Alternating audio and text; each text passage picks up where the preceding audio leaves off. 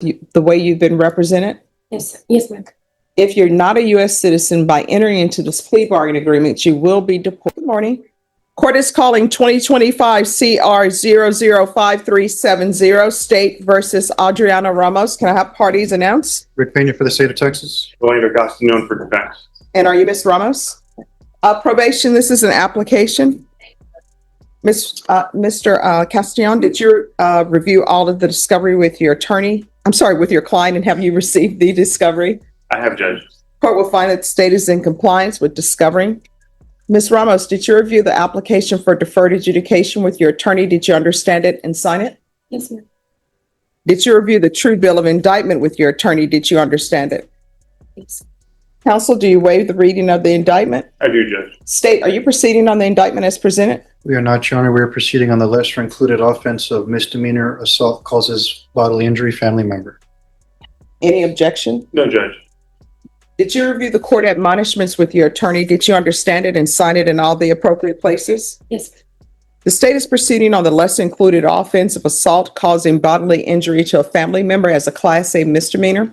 Range of punishment is up to 1 year in the Bexar County Jail and up to a $4,000 fine.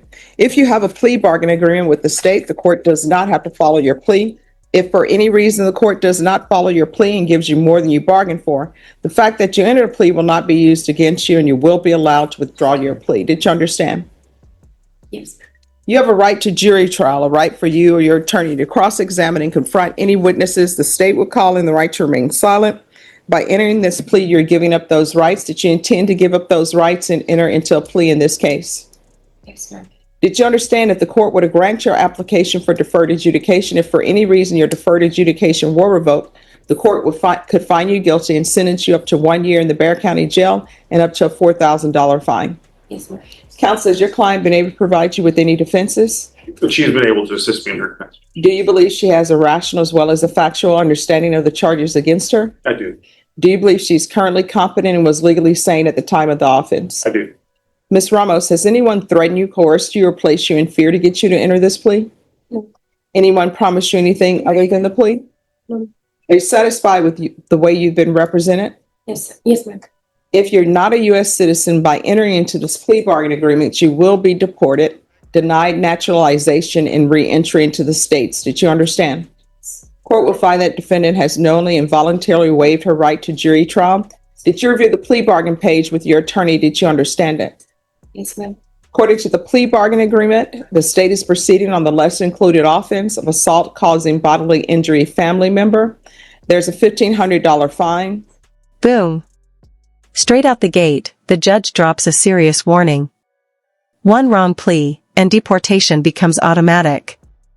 No appeal, no second chance.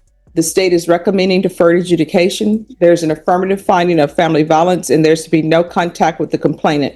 Did you understand with an affirmative finding of family violence, you're not allowed to own or possess any weapons or ammunition? Yes, ma'am, I do. Did you understand with an affirmative finding of family violence, you're not allowed to be designated primary custodial parent? Judge, I actually did not discuss that with her. I do believe that currently the children are not within her custody. But Do you want to have a chance to discuss that with her? Just so you know, affirmative finding of family violence means that you still have rights to possess your children, to see your children. But in regards to whether you get to be a sole managing or a joint managing conservator, those rights are affected. You still have rights to see your children and have your children in custody. You're not going to be able to be a joint managing conservator. Meaning I won't be able to have custody of it. That's not, you won't be able to make certain decisions as joint managing conservator if y'all were to go to court and there was a consistent hearing over custody. You still have rights to see your children. You still have rights to possess your children and to care for your children. You still have certain duties, but you would not have the same rights to decide as to, if you already go into a hearing as to whether your children, are going to be Catholic or not. There's certain decisions you can't make regarding their religious, educational upbringing, certain medical decisions.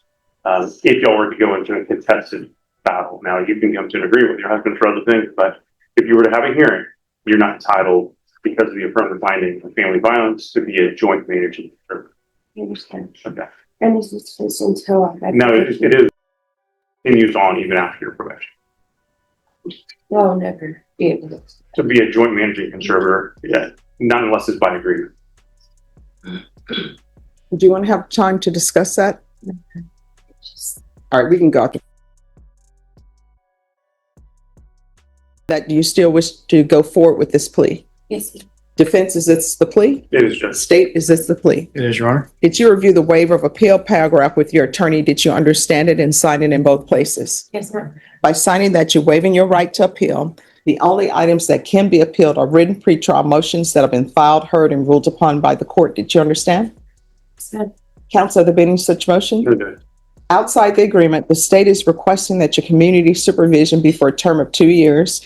There be 100 hours of community service restitution, the BIPP course, the TAP evaluation, follow recommendations from the TAP evaluation, a MIC evaluation, follow those recommendations, and parenting classes. Did you understand? This yes might sound simple, but it's everything. With that one word, she gives up her right to trial, silence, and even to challenge the evidence. That's a huge moment. And those are recommendations from the state, and the court does not have to follow those recommendations. Sure. Then to the lesser included offense, how do you plead? Guilty, not guilty, or no contest? State any evidence. Yes, Your Honor. This time, state is offers into evidence. It's Exhibit 1 with all attachments. No objection, Judge. Thank you. And state, have you spoken with the complainant? We've attempted, Your Honor. Oh. Ms. Ramos, did you review the wavering consent to stipulations with your attorney? Did you understand it and sign it in all the appropriate places? Yes, ma'am. Again, did you understand you have a right to jury trial, a right for you or your attorney to cross-examine and confront any witnesses the state would call, and the right to remain silent? Did you understand that today the state will be presenting evidence in the form of witnesses' statements and police reports, but most importantly, there'll be no live testimony? Did you understand? Yes, ma'am. Court will find that defendant has knowingly and voluntarily waived and consented to stipulation of testimony and stipulations. Court will accept into evidence states exhibits 1 and attachments and review the same.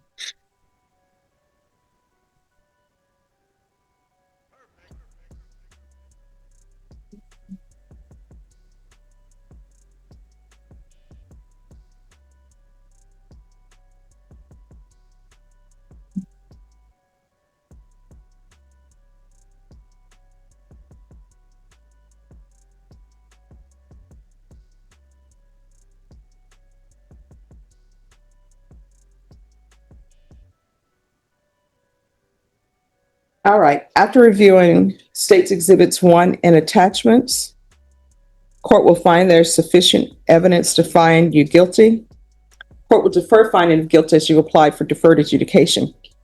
Are you proceeding with sentencing? Yes, Judge. Anything you wish to say on behalf of your client? I do, Judge. At the time of this incident, Ms. Ramos was not on her medication. She does suffer from some mental health issues. She has since that time got back on her medication. She additionally has completed a 12-hour anger management course. She has also begun the FIT program and has attended 8 of those classes. We'd ask the court to consider that and allow that to be credited towards her current probation. Additionally, she has been attending NAAA meetings. I believe she has approximately 40 meetings that she has made. Mm-hmm. And she also has proof of the attendance for not only the NAA, but also for the FIT classes. And she also has proof of that anger management course. She did also try to enroll. That line changes her future, affirmative finding of family violence. It's not just a label, it's a lifetime mark that can affect jobs, custody, and even gun rights forever. The parenting class, I know she has some issues with trying to enroll in that, but I believe that she is on a good step forward. I believe that she's, very willing to comply with probation, and she wants to get back on track, and I think she's done a good job at doing that. All right, and how often are you going to NA or AA meetings? I do it at least every day. I do it through Zoom, so I have to set up like a time to where I can just log in even when I'm at work and do that. And what do you do for employment? I work at Amazon. I'm in training to be a manager, but I'm a sales associate. Okay. And I would note, Judge, that she is indigent, and the fine was at $1,500, and I did not address this with the state, but we asked that you either consider lowering that fine amount or probating portion or the entirety of that. All right. And where are your children now? I'm with my mother-in-law. Okay.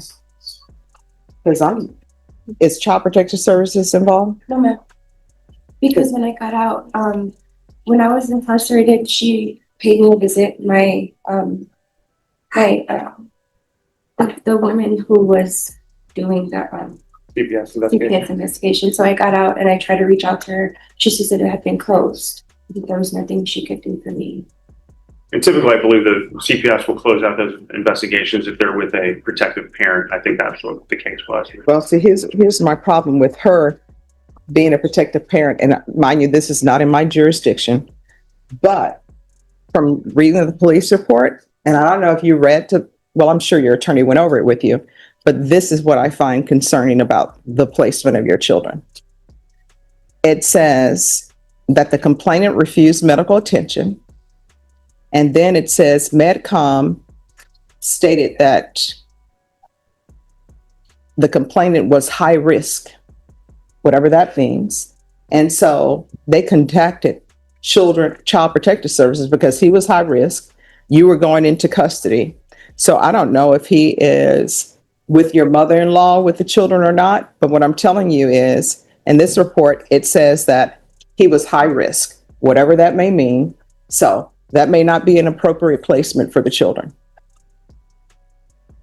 That's all I'm saying. I have no control over that. So I'm just letting you know that's what's in the document.